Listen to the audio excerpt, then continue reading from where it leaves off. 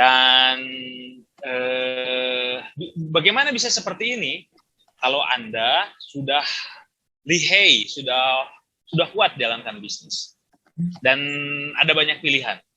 Tapi karena bisnis ini variabel penentunya banyak, ya kalau yang ada tersedia peluangnya yang B, ya nggak apa-apa, ambil dulu B. Tapi orientasinya adalah ke A. Kenapa? Karena di sini dalam hal arus kas ada beban arus kas yang lebih ringan. Bayangkan kalau di perusahaan A biayanya cuma 80 juta, tapi di perusahaan B biayanya 980 juta. Itu secara mental tuh luar biasa berbeda. Bayangkan Anda punya dana 80 juta dengan 180 juta. Wah, itu resikonya besar sekali. Nah, di sini masalah yang besarnya adalah resikonya. Tapi sekali lagi, jalankan bisnis itu seperti seni, ya. Variabel penentunya banyak. Kalau sekarang ini kesempatannya seperti B, nggak apa-apa jalanin dulu. Tapi ke depan orientasi diversifikasi usaha ke A. Kalau berpikirnya dari segi pengelolaan keuangan, ya. Karena apa? Karena resikonya lebih rendah. Ya. Oke. Gini Pak, mohon maaf Pak, yang nanya tadi A sama B itu Pak. Kadang kita kenapa dapatnya yang B? Karena kan kita mengikuti apa yang sedang berjalan di pasar Pak. Sedangkan kalau A ini kan sebuah pemikiran yang yang berbeda gitu, ya, agar kita dapat yang A gitu Pak. Kadang betul, kita memilih yang A tapi produk kita akhirnya malah nggak laku gitu loh Pak. Iya, betul. Ya, saya paham. Betul. Jadi memang ini kan ngomong gampangnya tapi ini buat orientasi, buat visi ke depan. Tidak harus serta-merta dilakukan dan tidak harus selalu dilakukan. Ya, ini hanya untuk membandingkan risiko keuangan itu seperti itu. Ya, jadi kalaupun Anda masuk di kelompok B dan Anda siap dan sangat mentalnya sangat bagus, ya, manajemen catatan keuangannya sangat bagus, nggak apa-apa, let's go on, terusin gitu ya. Nah, tapi kalau kita berkaca kepada perusahaan-perusahaan yang berkembang maju gitu ya, ya seperti ya pesantren-pesantren yang menjadi ya, patut dibanding itu kan ada namanya portofolio usaha. Jadi saya ingat tuh dari tahun itu tuh awal-awalnya di kelompok B banyak sekali jualan retail gitu ya. Nah sekarang udah banyak usaha-usaha di kelompok A. Ya, jadi kelompok B-nya itu istilah kasarnya untuk ngaramekeun gitu ya, untuk image. Tapi sebenarnya secara keuangan dia lebih banyak di A gitu. Contoh sederhana, Anda misalnya jualan ini sekarang di dulu jualan sabun, jualan kebutuhan rumah tangga, jualnya retail. Kalau sekarang mereka nggak jual retail, jualnya adalah jadi distributor. Jadi jualnya sekaligus banyak 1 truk, 2 truk gitu. Dan biayanya hanya biaya pengiriman saja karena barangnya tidak dibayar langsung, dibayarnya setelah terjadi penjualan. Jadi biayanya menjadi lebih kecil. Tapi kalau retail itu seperti kelompok B. Nah, ini sebuah ilustrasi saja ya, Pak Ustadz ya. Jadi tidak harus seperti ini. Dan pada beberapa perusahaan dalam jangka panjang terus-terusan seperti di dalam kelompok B banyak sekali. Oke, saya mau jeda dulu di sini. Barangkali terlalu banyak juga informasi dari saya. Saya membuka tanya jawab dulu sebelum saya lanjutkan ke slide berikutnya. Tapi ngomong-ngomong, saya ada setengah jam lagi ya. Oke, silakan. Gimana cara meyakinkan fundraising Pak, investor?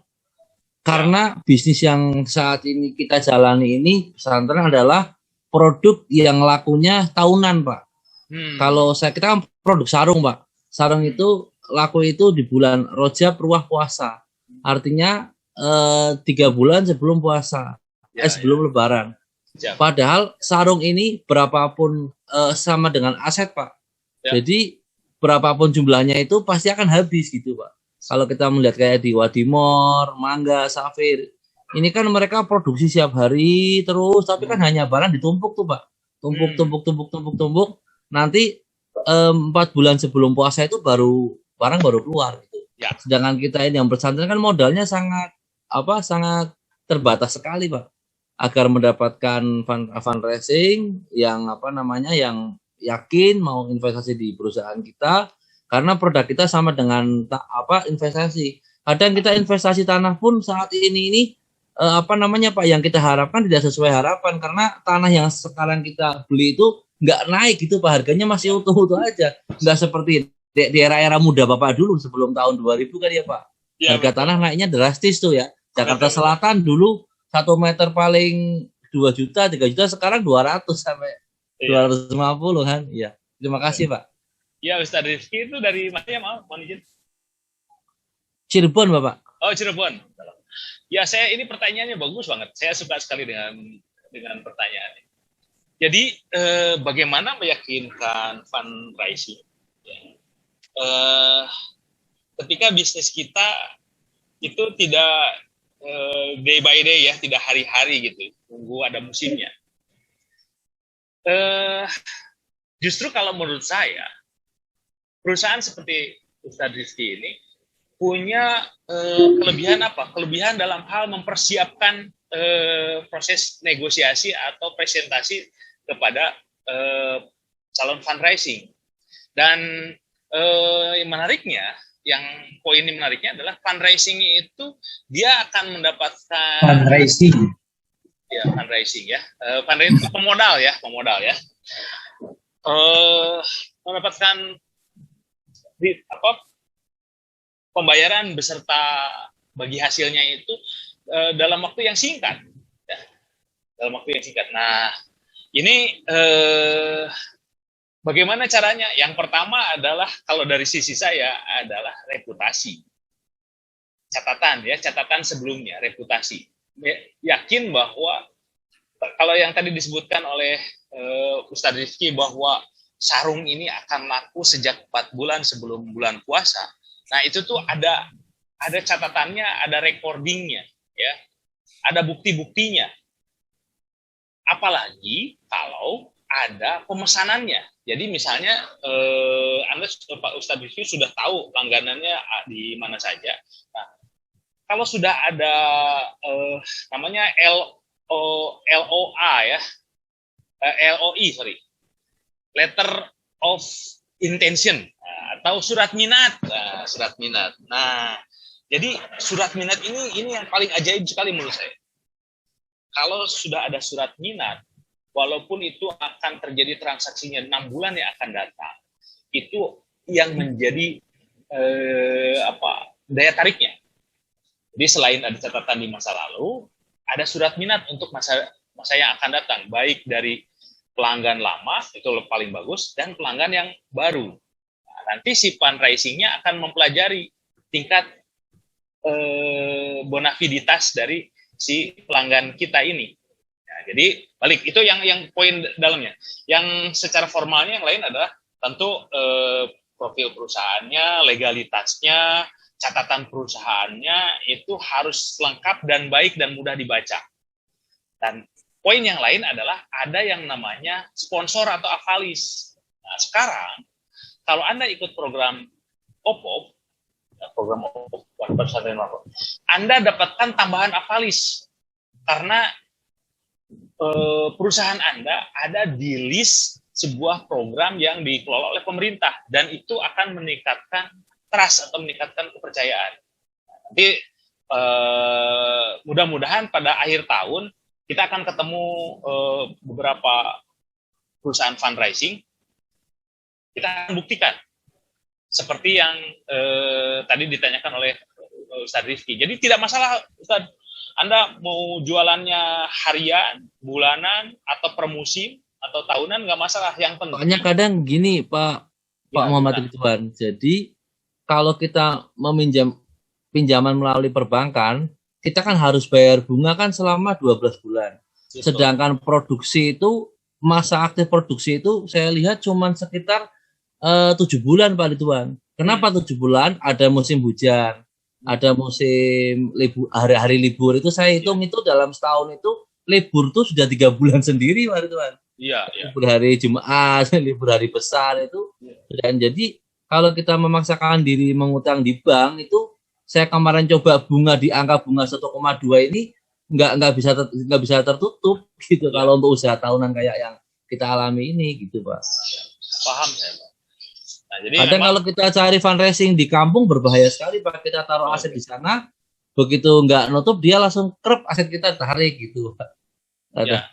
Ya saya paham. Itu memang masalah yang dihadapi oleh banyak perusahaan kecil, perusahaan menengah. Karena situasi seperti itu, makanya pemerintah beserta lembaga-lembaga yang sekarang masuk ke program fundraising. Karena apa? Karena lebih adaptif, harus mengerti betul bisnisnya, gitu ya, bisnis yang dibiayainya.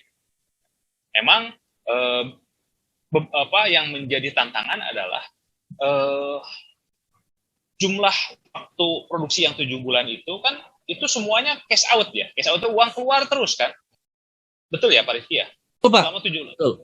Ya, selama kadang kita itu, sekarang nggak berani pakai BG juga Pak, jadi ketika jatuh temponya BG itu kita uang belum masuk kan gitu Pak, akhirnya one prestasi kan, betul. Dengan pabrik.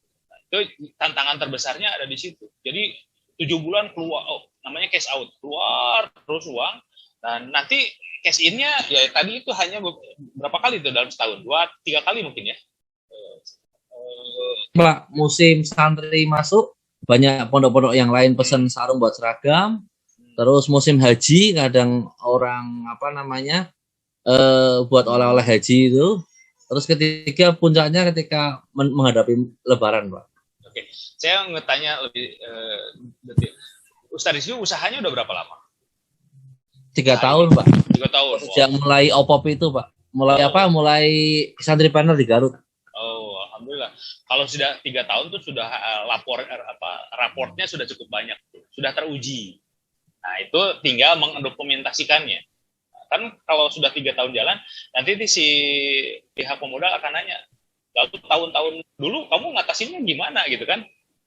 Ya. Berarti kan kita paling berat tahun 2021 ini Pak. Jadi ketika kita jual ke pasar nggak ada peminat karena orang cari THR pada lari ke kue, ke ke bahan pokok makanan karena kondisi Covid seperti ini sih.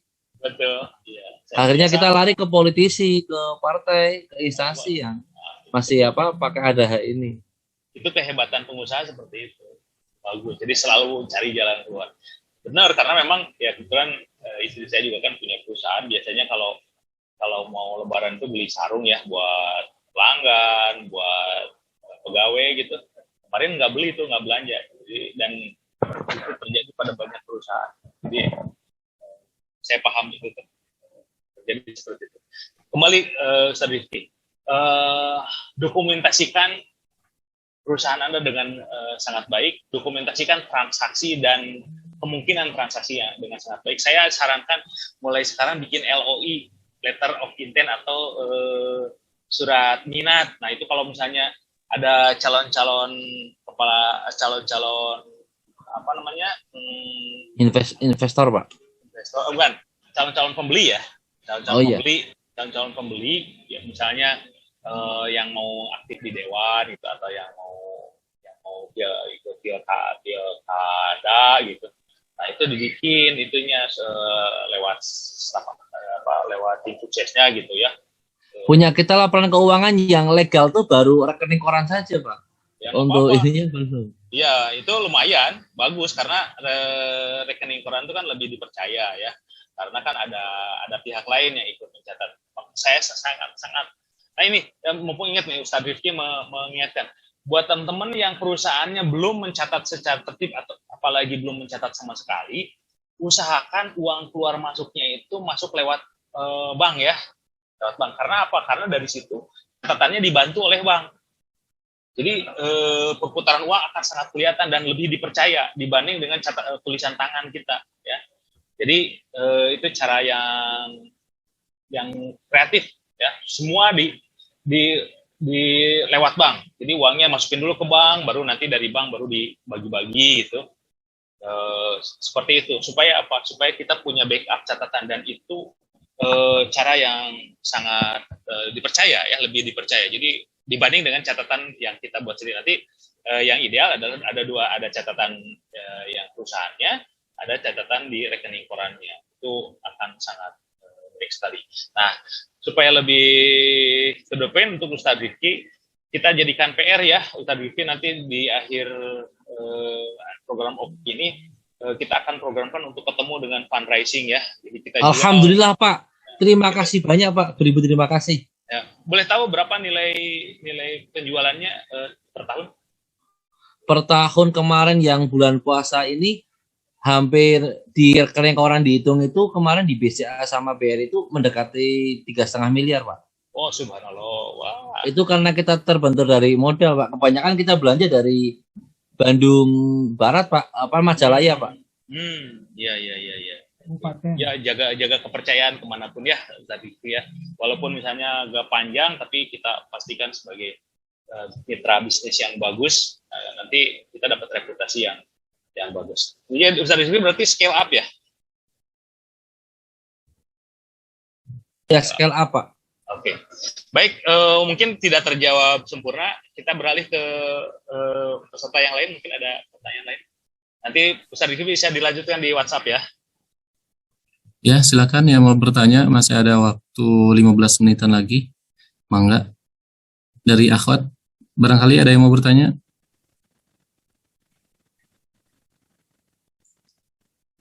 Dari ikhwan lagi boleh? Barangkali ada yang mau bertanya. Ini bagus sekali ini materinya. Luar biasa ini, insya Allah. Manajemen keuangan. Kalau tidak ada, saya lanjutkan dengan... Ada Pak, mangga. Mangga Muhammad, silakan Muhammad. Ya, terima kasih Pak atas waktunya.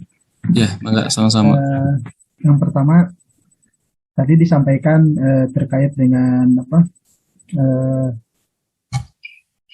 Jadi kas itu harus selalu ada gitu Pak ya? Ya, diusahakan selalu ada. Selalu ada sisanya, surplusnya. Nah, ini biasanya menjadi kelemahan ketika apa? Ketika kita kasnya terus ada, terus merasa aman, sehingga betul tadi yang apa Bapak katakan bahwa salah satu kegagalannya itu terlalu boros, misalkan ke barang-barang ini. Nah itu kalau diinvestasikan lagi, apakah itu jadi solusi Pak?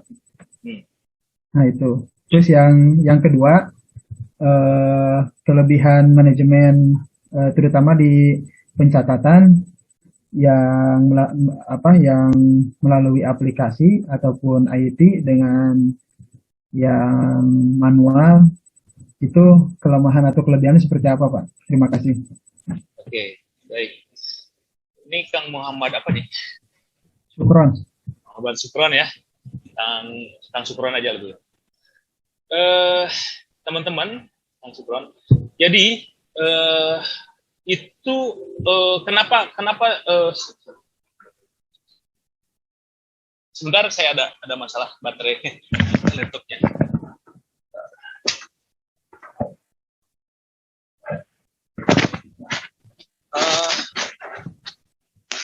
Masalah umum, masalah di banyak perusahaan terutama UKM ya, perusahaan kecil gitu.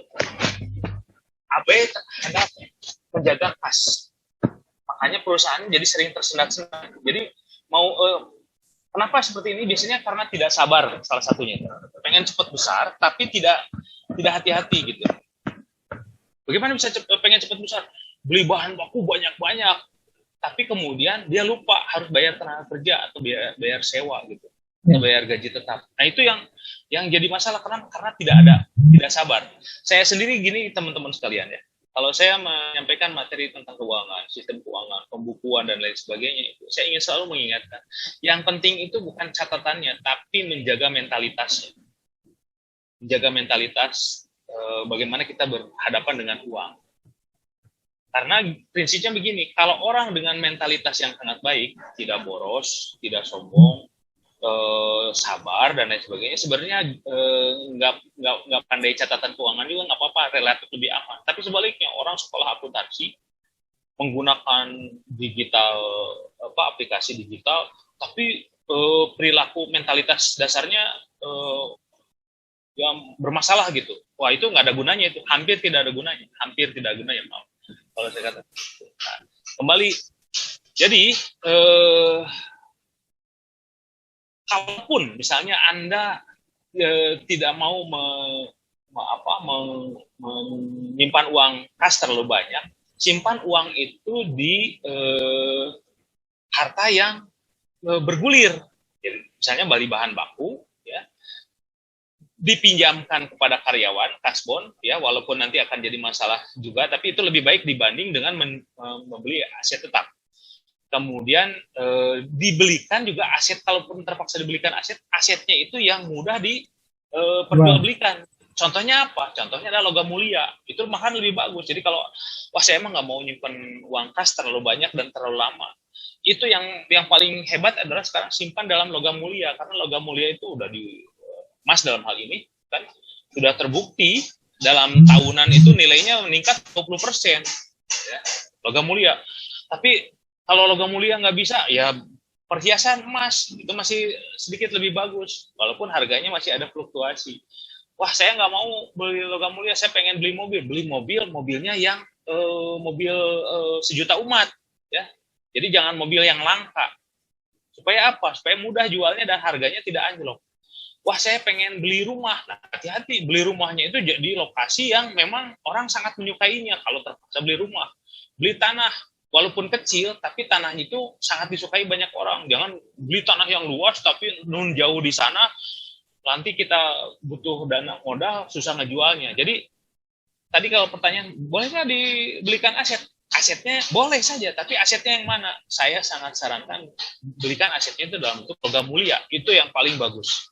Ya, itu yang paling aman dan kadang-kadang bahkan menghasilkan return yang lebih banyak. Jadi dapat keuntungannya dari penambahan harga pasar, ya. Tentu bukan riba, ya, karena kan kalau barang jualan itu ada fluktuasi harga, dan logam mulia, ya, baik berupa emas batangan ataupun dinar gitu, itu ada jaminan namanya jaminan nilai aset, ya, sehingga tidak terlalu terpengaruh oleh inflasi gitu. Terus tadi pertanyaan yang kedua apa ya, saya lupa, Kang Supron. Kelemahan dan kelebihan pencatatan manual sama IT, Pak. Ya. Nah, yang kalau kelebihannya dulu ya. Kalau kelebihannya yang manual itu secara mental itu lebih bersatu dengan kita, ya. Tapi banyak kelemahannya, makan waktu banyak. Terlalu ngabisin waktu gitu. Anda bisnisnya sibuk, terus catatan Anda manual terus, ya, dan Anda mengerjakannya sendiri, tidak ada pegawai. Wah, itu butuh waktu banyak. Jadi saya sendiri, walaupun saya ngajar keuangan, dalam bisnis itu yang paling penting itu apa? Keuangan atau penjualan? Yang paling penting itu penjualan, karena bisnis itu di transaksinya, bukan di mencatatnya. Ya. Jadi ingat sekali lagi, walaupun saya orang yang mengajar keuangan, saya akan lebih menghargai orang yang aktif jualan dibanding dengan yang aktif mencatat. Mencatat mah itu hanya pendukung, ya. Nah, gitu. Jadi kalau yang manual, ya ada baiknya seperti itu. Tapi untuk latihan supaya otak kita itu terlatih, latihan pakai manual. Jadi pakai otak manual, latihan. Di situ ada proses melatih strategi bisnis dan strategi keuangan. Ada lebihnya. Nah, kalau digital, kelebihannya apa? Ringkas, cepat, ya, dan tersimpan lebih aman. Karena kalau catatan kan bisa hilang, bisa kesobek, bisa kebanjur cai, bisa macam-macam lah, ya. Tapi kalau digital itu ada tersimpan di bank data gitu, ya. Nah, tapi kelemahannya adalah Anda berubah kebiasaan. Namanya merubah kebiasaan tuh paling susah. Biasa dengan yang digital. Kalau Anda mampu, ya, pakai digital dan pakai tenaga kerja, ya, yang tukang input data, ya. Itu yang kalau Anda sudah mampu, perusahaannya sudah besar. Tapi kalau Anda masih sendiri, masih berdua, ya pakai digital sendiri, lakukan sendiri. Tapi Anda harus invest waktu untuk belajar, ya, untuk belajar, berlatih menggunakan digital itu. Tapi kalau sudah terlatih, wah itu nanti nyaman sekali. Saya melihat dengan digital ini lebih banyak untungnya, tapi sekali lagi yang digital juga harus dipilih-pilih ya aplikasinya yang sesuai dengan perusahaan Anda, yang sesuai dengan ukuran perusahaan Anda, dan daya dukungnya banyak ya. Kalau saya sendiri sering menggunakan ini Genucase ya. Nanti kalau ingin lebih jelas boleh di Genucase itu cukup lengkap. Tapi sekarang yang populer buku warung ya diantaranya. Tolong tinggal dibuka aja tuh di aplikasi atau di browsing buku warung. Warung santri. Warung santri ada ya? Belum, Pak. Belum ada. Oh, Anda yang mau bikin silakan ya. Tapi buku warung bagus tuh. Buku warung ya. Kemudian ada banyak lagi aplikasi yang lain. Dan kalau buku warung banyak dampingan yang di Sukabumi, Bogor, Depok sudah sudah menggunakan buku warung ya. Anda bisa tanya-tanya ke teman-teman yang peserta yang dari Sukabumi, Bogor, Depok, bagaimana menggunakan buku warung. Tapi kalau sudah maju benar pakai Genucase. Genucase. GENUCASH Genucase itu paling lengkap, tapi tulisannya gimana Pak? GENUCASH.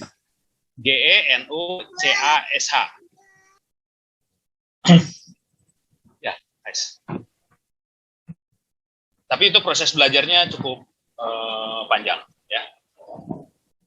Oke, ada pertanyaan lain? Tentang itu ya, sementara itu ya. Siapa tadi, Kang Muhammad Sukron ya? Ya, siapa? Mangga, pilih Mas Eno Badinaros. Masih ada waktu 5 menit lagi. Atur nuhun, Kang Ustadz Muhammad. Sami-sami, Pak. Mangga, ada lagi yang perlu ditanyakan perihal manajemen keuangan. Ini sangat bagus sekali nih, supaya kita bisa mengatur keuangan perusahaan dan keuangan pribadi. Masya Allah. Ya, Ustazah siapa Ustazah? Mangga, Ustazah. Ditunjuk aja sugan panana. Iya, langsung belum aja Pak Asep. Sok Pak Asep tunjuk, Pak Asep langkung Pak Asep. Saha. 1, 2, 3, 4, 5 nu mana ya? Aya voucher. Mangga atuh anu kadua samping abdi. Bunyai. Mangga Bunyai pilih Pak Dinaros. Oke, Bunyai Mardiah, silakan Bunyai Mardiah. Tanyain. Ayo, suara akhwatnya. Bunyai Aulia nih, pengusaha besar. Iya, Bunyai nih. Udah ngerti Bunyai? Sudah dipahami materinya Pak Ridwan? Insyaallah. Nah, kalau Insyaallah. Helia Aulia mau nanya. Dari tadi liatin terus konsentrasinya. Ayo, mau nanya. Satu orang lagi nih dari Ustazah. Perwakilan dari Ustazah. Teteh Maslahah. Oke. Oke, Maslah, lanjut Maslah. Harus juga nabi mah. Sok, mangga.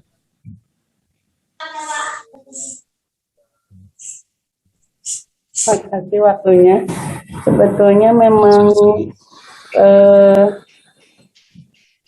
saya paham sekali apa yang disampaikan oleh Bapak tadi yang narasumber. Luar biasa sekali materinya. Sangat bermanfaat sekali bagi saya. Kebetulan saya kan memang memegang keuangan, Pak.